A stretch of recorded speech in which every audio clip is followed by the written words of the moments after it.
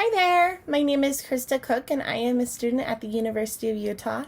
This is my 3 to 5 minute presentation in statistics about data that I have found.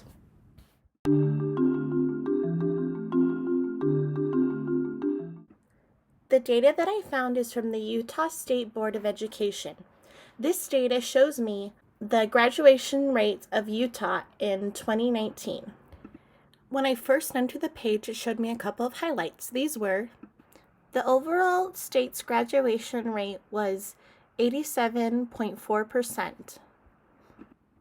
It also looked like the Asian race ethnicity group had the highest rate, and it looked like 42,098 students graduated from Utah's high schools. And overall, it had increased in 2019 from 2015. What does this data mean and how was it found? The data that was found from the Utah State Board of Education is the 2019 graduation and dropout rates by student. In the first box, you can see that all students, those that have graduated at 87.4% and those who have dropped out 10.6%, are all students. In the other boxes, you might see students that have graduated or dropped out that are labeled by gender or by race or by ethnicity and other demographics.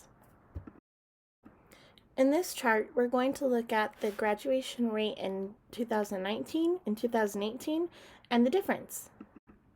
The reason why we want to know the difference is to see if students who have dropped out or have graduated went up and increased or have went down and have had a negative impact. We can also see the difference of graduation and dropout rates using a bar graph. We can look at the percentages.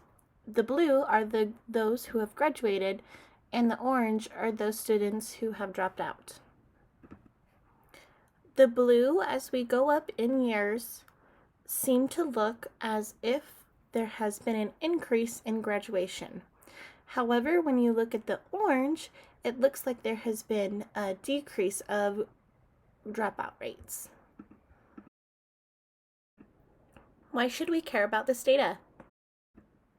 This data is showing us the graduation between students in Utah. It's important for people to know about the graduations to see what they can do better on keeping students in school instead of dropping out. When we look at the demographic rates by students who have graduated or who have dropped out, we can look and see what we can do to help students stay in school instead of dropping out. This table is going to show all students or by demographic per year on if they have increased in graduation or decreased. You can tell that this is credible data because of the data that they've taken each year. We also know this is credible data because there's only two ways. You can either graduate and complete courses, or you can drop out and stop going to classes. Just like the other graphs, we can also look at this line graph. It is going to show us the increase or decrease by year percentage of students in each demographic group. Because we were able to look at all of the tables, we were able to figure out the highlights and the graduation rates and dropout rates for each of the high schools and the overall graduation rate. I think the tables did a really good job explaining this data, as well as showing different graphs and sectoring the students by demographics to easier explain the increase in graduation or decrease of graduation rates. And I believe that this is going to help them figure out what to do to help students stay in school instead of drop out, and to positively influence those students in each demographics to stay in school.